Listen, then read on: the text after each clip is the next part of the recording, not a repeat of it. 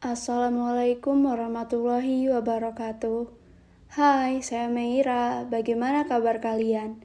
Saya harap semuanya dalam kondisi sehat. Kali ini saya melanjutkan membacakan buku Nunci, Seni Membaca Pikiran dan Perasaan Orang Lain, Rahasia Hidup Bahagia dan Sukses dari Korea, karya Uni Hong. Kali ini saya melanjutkan membacakan bab kedua dari buku ini, yaitu Kesaktian Bangsa Korea. Bab 2. Kesaktian Bangsa Korea. Korea konon telah dijajah sebanyak 800 kali sepanjang sejarahnya. Mengapa? Karena letaknya di antara Cina dan Jepang, dan sebagaimana yang akan diceritakan oleh ahli sejarah manapun, berada di lokasi strategis semacam itu adalah kutukan bagi negara kecil. Namun alih-alih sejarahnya yang porak-poranda, bangsa Korea tidak saja bertahan sebagai suatu bangsa. Selain pesatnya laju ekonomi dari negara miskin menjadi negara kaya, Korea juga telah menjadi penggerak budaya yang menonjol secara global. Menurut agen penjual tiket konser Stub Hop, peringkat penjual tiket nomor 3 di Amerika pada musim gugur 2018, setelah Elton John dan Ed Sheeran yang menduduki peringkat 1 dan 2 adalah boyband K-pop BTS. Tidak ada alasan masuk akal bagaimana hal ini bisa terjadi. Lagu-lagu mereka bahkan tidak berbahasa Inggris. Bahkan bahasanya digunakan hanya di 2 negara dunia, yaitu Korea Selatan dan Korea Utara. Sama tak masuk akalnya pula bahwa produk kecantikan Korea telah menjadi suatu yang populer secara global dan tersedia di berbagai jaringan retail besar mulai dari Paris hingga New York.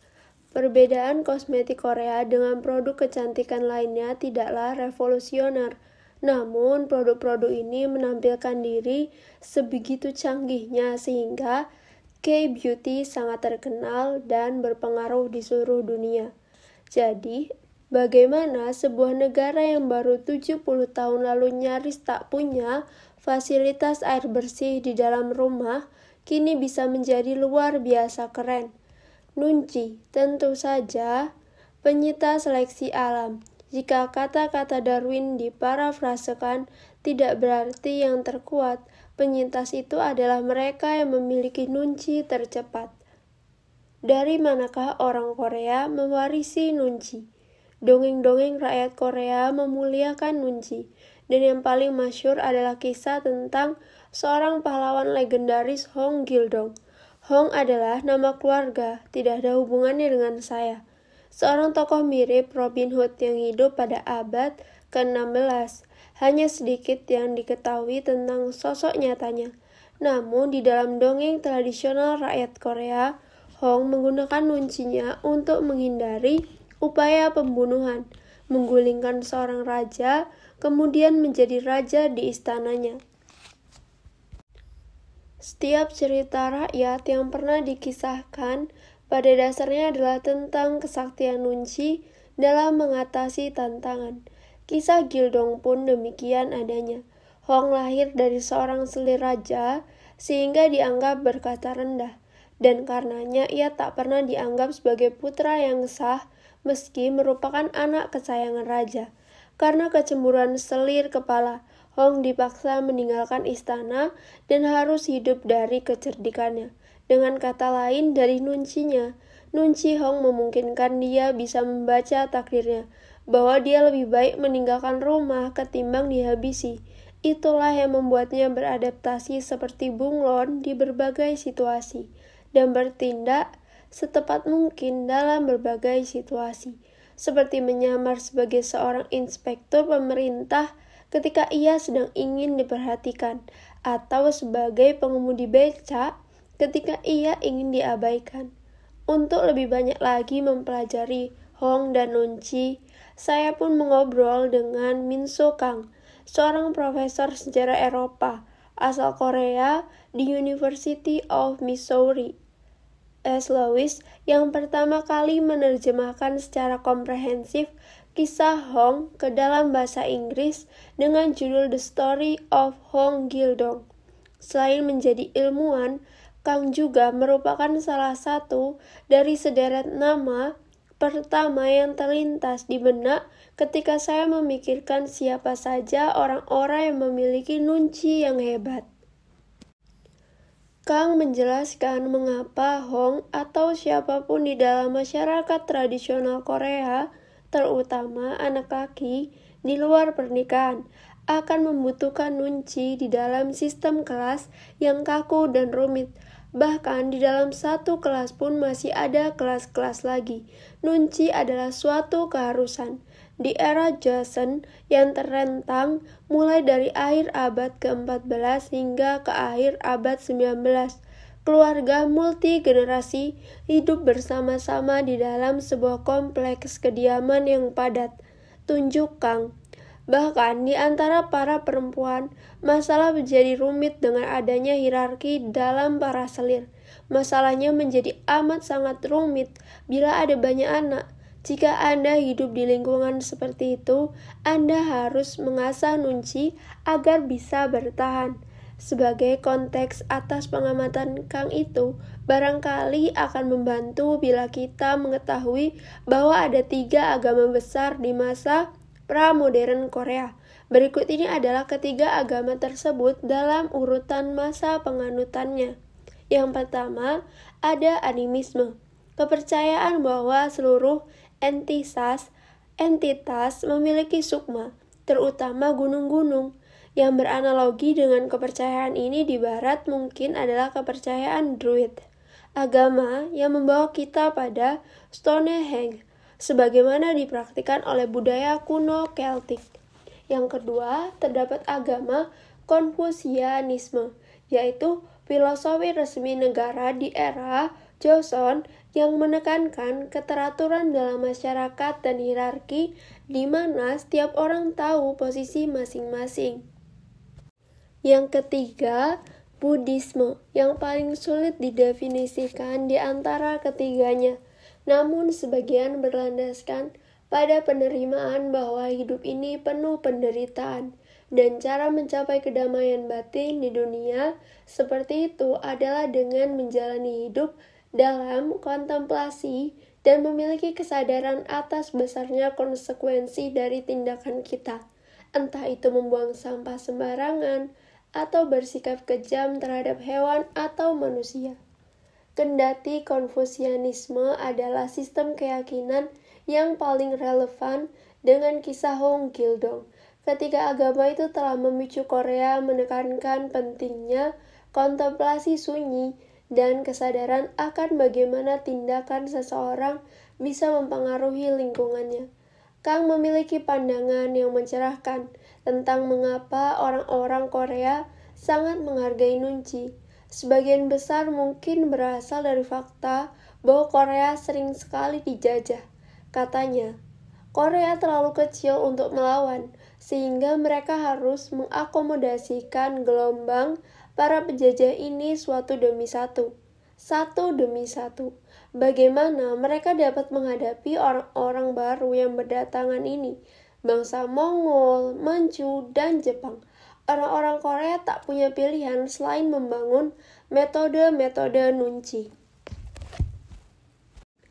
Kalau bukan karena nunci, mungkin budaya Korea sudah punah. Selama masa kolonialisasi Jepang di Korea dari 1919 hingga 1945, bahasa dan budaya Korea mengalami proses penghapusan. Para keluarga di Korea mendapatkan nama keluarga Jepang, misalnya. Bila saja Jepang memenangkan Perang Dunia II, menurut pengamatan Kang, rencana mereka adalah menghapus tuntas bahasa dan budaya Korea demi mempertahankan kekoreaan mereka. Demikian catatan Kang. Bangsa Korea harus menggunakan nunci dengan kecepatan tinggi. Mereka harus sangat berhati-hati dalam mengambil hati para penguasa Jepang, seraya menemukan pendekatan dan waktu yang tepat untuk mempertahankan surat kabar berbahasa Korea agama non-Shinto, dan bahasa pengantar Korea di sekolah-sekolah. Kang juga menjelaskan peran Nunci dalam keajaiban ekonomi Korea Selatan, mulai dari tingkat papa menuju ke kaya raya, terutama dalam kendati diktator Presiden Park Chung-hee yang menjabat sebagai presiden dalam waktu panjang dari 1961 hingga ke tragedi pembunuhannya pada tahun 1979. Kang menjelaskan, sebenci-bencinya saya kepada Park, dia melihat bahwa satu-satunya cara Korea Selatan bisa sejahtera adalah dengan pergi ke dunia luar, mengirimkan orang-orang ke negeri lain untuk belajar bahasa Inggris dan keterampilan lainnya, serta menciptakan lapangan pekerjaan bagi orang-orang Korea. Kemampuan untuk membaca orang lain dan budaya lain benar-benar penting. Sebaliknya, kata Kang, Korea Utara sama sekali memutus diri dari dunia, yang menjelaskan mengapa Korea Utara memiliki nunci yang buruk. Bagaimana kita bisa meyakini bahwa nunci Korea ini manjur? Satu hal saja, kini ada 70 juta penutur bahasa Korea, yang kalau dilihat dari logika historis seharusnya bisa saja nihil. Di Korea yang modern kini, nunci sama pentingnya sebagaimana sebelumnya. Kang menekankan bahwa di Korea, real politik adalah nunci. Presiden Korea Selatan harus menggunakan nunci untuk memutuskan apa yang harus dilakukan terhadap orang-orang Amerika dan Korea Utara. Sebenarnya setelah acara jabat tangan historis pada tahun 2018 dan pertemuan puncak yang diwarnai hidangan mie khas Pyongyang antara Presiden Korea Selatan Moon Jae-in dan Perdana Menteri Korea Utara Kim Jong-un, banyak jurnalis di Barat yang bingung tentang makna kejadian itu. Bagaimana pula jabat tangan dan acara santap mie bersama itu akan membawa perdamaian? Yang tidak mereka pahami adalah bahwa ini adalah permainan nunci dua orang Korea di hadapan seisi dunia. Sasaran kedua pemimpin Korea kemungkinan besar tidak ada kaitannya dengan reunifikasi Korea, sebagaimana banyak diasumsikan. Kendati sulit dipastikan, banyak ahli meyakini bahwa pertemuan itu dimaksudkan sebagai isyarat untuk memperlihatkan perlawanan kepada Amerika, Jepang, dan Cina, bangsa-bangsa yang berasumsi bahwa mereka dapat diam-diam ikut campur dalam hubungan kedua Korea itu. Bila Anda mempelajari video Moon dan Kim saat keduanya bersama-sama, Anda akan memperhatikan bahwa mereka muncul dalam simetri yang dikoreografikan dengan sangat hati-hati, kendati tak seorang pun di luar lingkaran dalam yang tahu pasti apakah itu direncanakan sebelumnya. Jelaslah bahwa keduanya selalu saling bertindak berdasarkan gerak-gerik lawan bicara mereka. Itulah praktik nunci. Dari mulai sapaan pertama, mereka dengan hati-hati menunjukkan bahwa tak seorang pun lebih dominan atau lebih rendah daripada yang lain. Mereka membungkuk hormat dengan sudut dan durasi yang nyaris sama. Sewaktu keduanya berpelukan, mereka melepaskan pelukan pada saat bersamaan.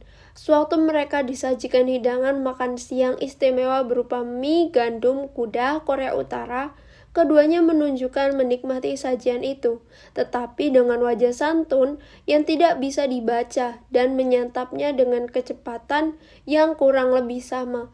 Jika salah satu dari mereka telah menyeruput mie dengan cepat dan memuji kelezatan sajian tersebut, sementara yang lain menyantapnya perlahan dan dengan mimik menikmati, itu dapat diartikan sebagai pernyataan bagaimana perasaan mereka masing-masing terhadap Korea Utara. Keduanya senantiasa seiring selangkah. Inilah pertunjukan persatuan. Pertemuan puncak itu bisa saja adalah tentang bola basket atau konyak Hennessy yang sudah diketahui semua orang. Isi pembicaraan tidak terlalu penting ketimbang keseluruhan pertunjukan kekuatan dan kekuasaan. Seraya sengaja membingungkan pemahaman para pemain politik. Nunci masih saja terjalin di setiap aspek masyarakat Korea modern. Orang-orang barat yang berbisnis di Korea untuk pertama kalinya akan bingung sewaktu menemukan bahwa dalam pertemuan mereka yang pertama, kedua, dan ketiga dengan rekan-rekan bisnis Korea mereka, bisnis tidak langsung dibahas sama sekali. Di dalam beberapa kali pertemuan awal tersebut, orang-orang Korea mencoba memahami apakah Anda bisa dipercaya atau tidak, apakah Anda akan terus bertahan hingga tuntas, dan apakah Anda menatap mata mereka secara langsung, yang semuanya haruslah dapat tertelik oleh mata. Usai pertemuan puncak yang historis pada Juni 2018 antara Presiden Amerika Donald Trump dan Perdana Menteri Korea Utara Kim Jong-un, media Korea terus larut dalam keasikan meneliti Nunci secara mendetail, menganalisis gestur, bahasa tubuh, dan berbagai tetek bengek yang seolah remeh pada kedua pemimpin itu. Banyak sekali sumber media Korea berkomentar bahwa jabat tangan Kim dan Trump berlangsung 12 detik, tergolong jabat tangan dengan tingkat kesenangan menengah di antara jabat tangan santai yang biasa dan jabat tangan kikuk yang terlalu lama, yaitu 19 detik antara Trump dan Perdana Menteri Jepang Shinzo Abe. Media Korea juga menekankan bahwa sementara jabat tangan Trump dengan para pemimpin tertentu seringkali disamakan dengan semacam permainan tarik tambang, masing-masing menarik tangan yang lain ke arah diri. Jabat tangan Trump dengan Kim tepat pada titik tengah jarak di antara kedua lelaki itu, dan kekuatan genggaman keduanya ternyata sebanding. Hanya sedikit sekali orang yang tahu pasti apa yang sebenarnya dibicarakan dalam pertemuan tersebut, tetapi media Korea Selatan secara jelas menginterpretasikan jabatan tangan itu untuk menunjukkan bahwa Amerika dan Korea Utara ingin menunjukkan bahwa masing-masing negara memiliki kerugian dan keuntungan yang sama atas satu sama lain. Skala Nunci. Seorang psikolog Korea, Ji-hoon Ho, yang adalah profesor psikologi di Kyungpo National University di Tenggara Kota Daegu di Korea, mencoba menggunakan Nunci sebagai suatu template untuk mengobati pasien-pasien psikiatri. Ho telah secara kreatif menciptakan skala Nunci sebagai suatu cara mengukur Nunci secara objektif. Skala serupa telah digunakan selama beberapa dasawarsa dalam ilmu-ilmu sosial barat untuk mengukur harga diri, kepuasan terhadap hidup, dan kecerdasan empati atau EQ yang terakhir itu dikembangkan dan dipopulerkan oleh psikolog dari Cambridge, Simon Baron Cohen. Tim Ho menemukan bahwa Nunci yang lebih baik akan membantu orang-orang menjalani hidup yang lebih menyenangkan. Skor tinggi dalam skala Nunci berkorelasi dengan skor tinggi dalam skala harga diri, kepuasan hidup, dan empati. Tujuan jangka panjang riset ini adalah menemukan suatu cara untuk memberi terapi kepada pasien Korea dengan konteks khusus budaya Korea, dengan cara membantu mereka meningkatkan Nunci mereka. Dalam sebuah penelitian, Ho dan timnya menyusun daftar pernyataan yang dalam pandangan mereka merupakan contoh-contoh Nunci yang paling baik. Mereka kemudian menguji Nunci 180 pelajar dalam rentan usia mahasiswa universitas. Pernyataan yang diperoleh oleh tim Ho muncul dengan takaran Nunci individu yang mencakup berikut ini. Di sini jawabannya menunjukkan tingkat Nunci yang tinggi. Yang pertama, saya merasa kikuk mengatakan sesuatu kepada seseorang tanpa mengetahui suasana hati atau pikirannya. Yang kedua, walaupun seseorang mengatakan sesuatu secara tidak langsung, saya tetap memahami pernyataan yang tersirat. Yang ketiga, saya sangat pandai menebak suasana hati dan kondisi kejiwaan seseorang dengan cepat. Yang keempat, saya tidak membuat orang lain tidak nyaman. Yang kelima, dalam acara kumpul-kumpul saya bisa dengan mudah membedakan kapan waktunya saya harus pulang dan belum harus pulang. Jelaslah dari penelitian Ho bahwa individu-individu yang peka terhadap emosi orang lain dan mampu membaca situasi ruangan secara akurat, mendapati bahwa hidup ini lebih mudah ketimbang mereka yang tidak memiliki nunci. Ada beberapa hal yang perlu dicatat di dalam penelitian itu sendiri. Pertama, penggunaan kata dengan cepat pada butir ketiga di atas dan di dalam beberapa pertanyaan lain yang tidak dicantumkan di sini. Yang di dalam perhitungan kecepatan waktu merupakan sesuatu yang penting dalam nunci. Sebaliknya, EQ tidak menekankan soal kecepatan. Kedua, saya tidak membuat orang lain tidak nyaman. Bukanlah benar-benar aksi, ini sebuah non-aksi. Yang menjadi sangat penting lagi bagi nunci, mengutip sumpah Hippocrates untuk dokter, dapat dikatakan bahwa prinsip utama untuk menerapkan nunci adalah pertama-tama tidak melukai. Seorang dokter medis tidak akan langsung meresepkan penisilin atau kemoterapi begitu pasien yang masuk. Dokter pertama-tama akan melakukan diagnosis dan perawatan apa yang dibutuhkan bila ada. Sebelum mengatasi masalah dalam menetapkan berbagai hal, pertama-tama dokter memastikan dulu bahwa yang mereka lakukan tidak akan membahayakan. Ada orang-orang yang memiliki alergi fatal terhadap penisilin, misalnya, atau kanker yang mereka idap sudah terlalu parah sehingga kemoterapi hanya akan menghancurkan hidup mereka. Tanpa diagnosis, apa yang disebut sebagai bantuan tidak akan membantu. Nunci menekankan bahwa kita sebisa mungkin harus pertama-tama tidak melukai. Tetapi kita kerap gagal karena nunci kita menjadi tersandra oleh keinginan kita untuk memperbaiki banyak hal. Kadang-kadang orang-orang yang berniat baik mencoba membantu sesuatu tetapi ternyata justru membuatnya makin buruk. Misalnya, ketika orang yang kekurangan nunci menemukan seseorang tengah menangis, dia mungkin menanggapi situasi itu dengan membawakan tisu dan bertanya dengan lantang, apakah yang sedang menangis itu baik-baik saja? Dan bukannya menelik dulu apakah yang menangis itu ingin dibiarkan sendirian saja. Nunci sehari-hari di Korea. Di Korea, Jepang, dan negara-negara lain, kartu nama resmi dianggap sangat penting. Bahkan hingga kini, kendati Korea melesat jauh melampaui Barat dalam teknologi, digital, dan media sosial, orang-orang bisnis Korea masih menggunakan kartu nama dari kertas.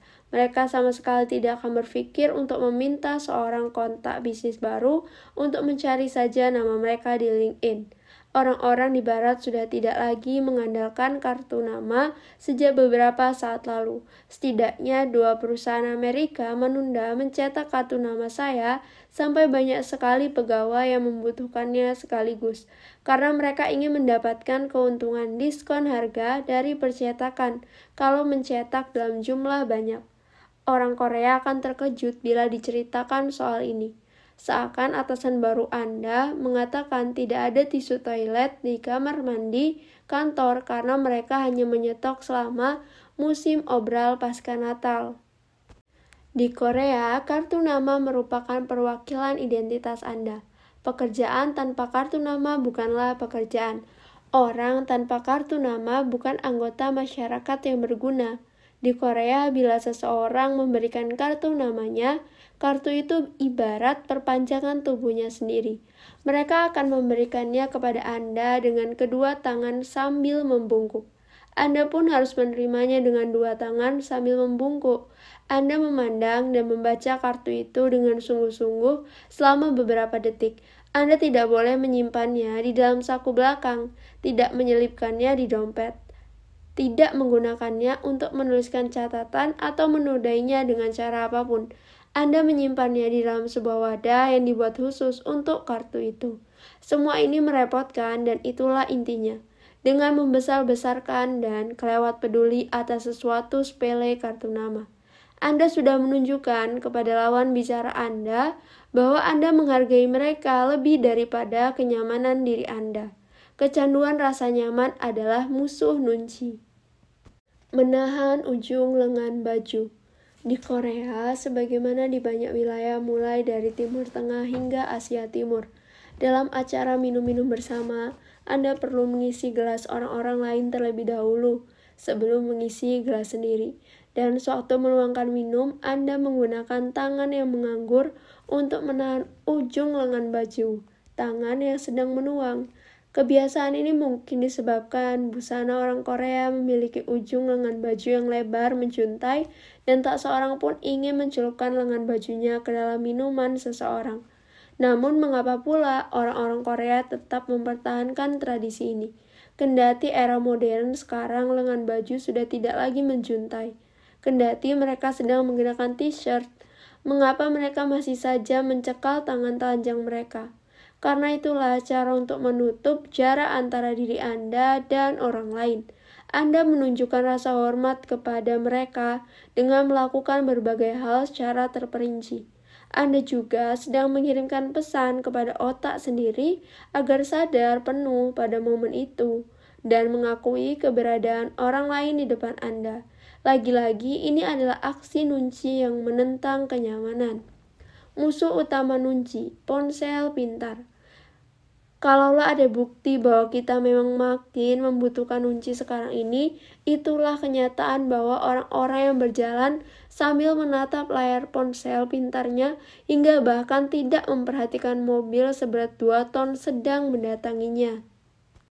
Banyak orang sama sekali tidak menyadari bila ada sopir berseru kepada mereka untuk berhati-hati, karena masyarakat seakan-akan merasa bahwa adalah tanggung jawab si sopir untuk berhati-hati karena Anda sedang menggunakan telepon yang setara dengan, bahkan lebih penting daripada tanggung jawab Anda untuk memperhatikan kedatangan sebuah mobil. Seandainya menatap layar ponsel itu membuat Anda menjadi tidak memperhatikan sesuatu sebesar mobil yang tengah bergerak, maka ponsel pintar itu juga akan menghalangi Anda dari pertanda-pertanda kecil seperti apa yang tengah dipikirkan atau dirasakan oleh orang-orang terkasih, kolega, atau atasan Anda. Anda mungkin sedang berada di sebuah bar dan menulis cuitan di Twitter, "So happy, #OutFriendsRules," tanpa menyadari bahwa teman lama Anda sedang dilanda kesusahan. Sangat jauh lebih mudah menatap layar ponsel ketimbang memperhatikan apa yang terjadi di sekitar Anda. Namun, itu bukanlah kesalahan teknologi, itu salah kita sendiri yang memilih jalan yang lebih mudah ketimbang berurusan dengan ketidaknyamanan bergaul dengan sesama manusia.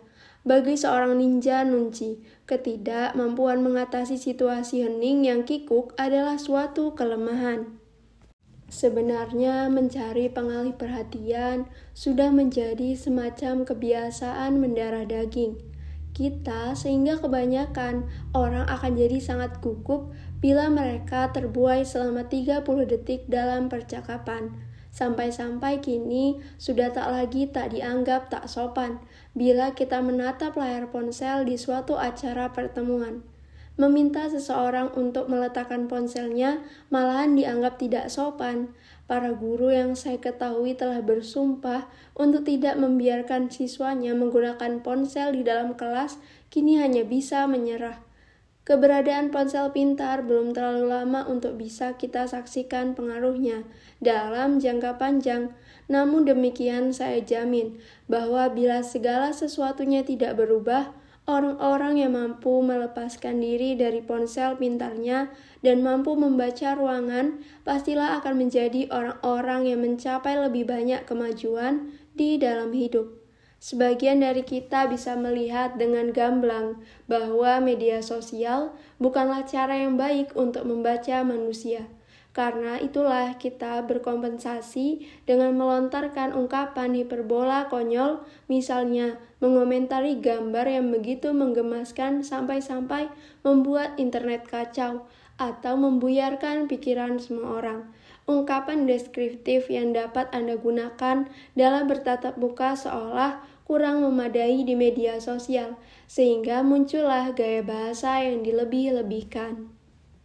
Sebagai contoh kecil bagaimana teknologi mengikis kekuatan nunci, kita semua punya teman yang terus-menerus diperdaya oleh orang-orang yang mereka temui secara daring. entah seberapa bijak dan lihainya Anda dalam berinteraksi secara daring. Sebaiknya Anda tidak terlalu percaya pada apa yang Anda pelajari di sana.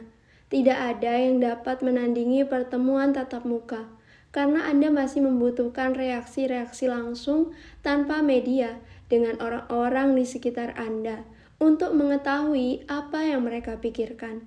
Anda tidak bisa memperoleh apa yang Anda inginkan dari manusia lain secara efektif bila Anda tidak dapat membaca mereka. Sesederhana itu saja. Jadi, bagaimana Anda mengatasi efek penggerogotan teknologi terhadap nunci? Anda dapat mengambil langkah-langkah kecil yang akan membuahkan perubahan besar. Pertama-tama, mengirimkan teks bermuatan emosi tidak akan berakhir baik. Pesan pertama Anda adalah kepada orangnya, tetapi teks yang selanjutnya adalah kepada teks. Itu hanya ponsel. Anda berkomunikasi dengan ponsel lain. Tak akan ada yang terselesaikan dengan cara itu. Komunikasi tatap muka jelas merupakan cara terbaik untuk melakukan percakapan penting. Namun, bila orang itu sedang tidak berada di sekitar Anda dan Anda terpaksa menggunakan surel, cantumkanlah kalimat tambahan berikut ini di bagian akhirnya. Yang pertama, nah, bagaimana menurut Anda? Karena Anda peduli pada apa yang dipikirkannya, dan Anda tidak dapat membaca bahasa tubuh mereka lewat email. Yang kedua, mari kita bicarakan hal ini lebih banyak lagi bila kita bertemu. Dengan kata lain, carilah kesempatan untuk berbicara langsung. Lalu bertindaklah, ambil kalender dan tetapkan janji temu. Nunci bagi bukan orang Korea. Mungkin Anda berpikir, saya tak berencana pergi ke Korea. Apa gunanya nunci bagi saya? Apa yang membuat Anda begitu yakin bahwa konsep-konsep bergaya nunci tidak berguna di luar Korea? Pertimbangkanlah mengapa orang-orang melakukan bisnis penting sambil main golf, dan mengapa kencan pertama selalu lewat acara makan malam atau acara makan lainnya. Apakah untuk menghemat waktu dengan melakukan multitugas? Tidak, kita melakukannya karena keyakinan tersirat bahwa kita dapat melihat karakter orang dari caranya berperilaku di lapangan golf atau restoran. Nunci adalah sebentuk kecerdasan emosional. Kendati pentingnya kecerdasan emosional dalam berbagai hal, mulai dari pengasuhan anak sampai menjadi bintang korporasi sekarang, sudah dipahami secara luas. Dalam praktiknya, banyak orang masih diam-diam menganggapnya tidak berguna. Andai orang-orang ini paham bahwa seluruh peradaban dibangun berdasarkan nunci, mungkin mereka tak begitu skeptis lagi terhadap kecerdasan emosional.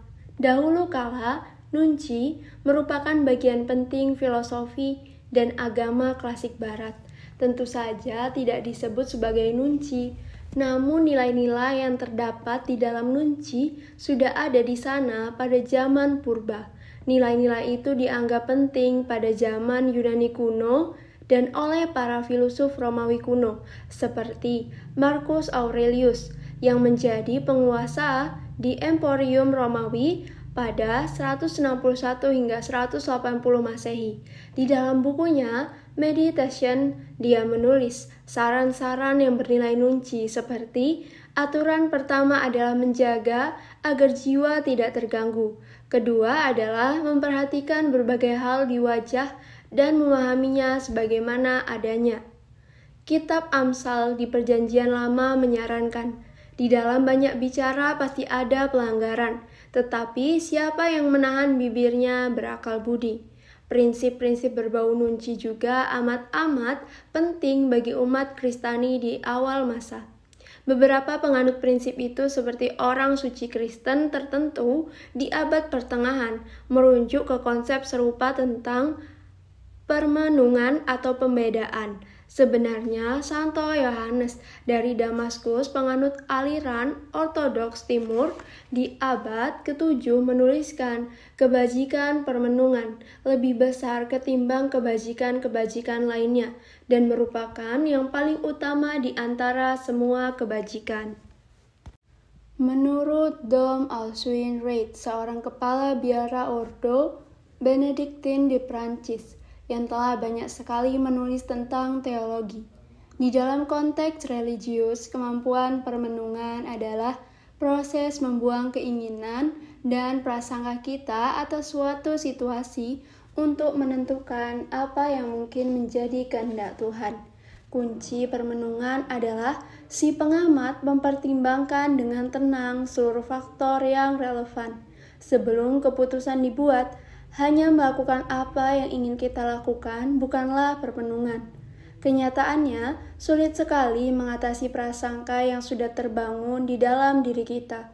Namun dengan menyadarinya saja setidaknya membuat kita bertanya, apakah kita bertindak mementingkan diri sendiri ataukah demi kebaikan semua. Soal apakah Anda peduli pada kehendak Tuhan atau tidak, kita semua belajar memandang situasi melalui jarak dan permenungan.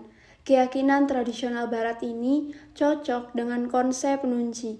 Namun di zaman modern ini, prinsip-prinsip seperti diam dan permenungan seolah sudah mulai disisihkan.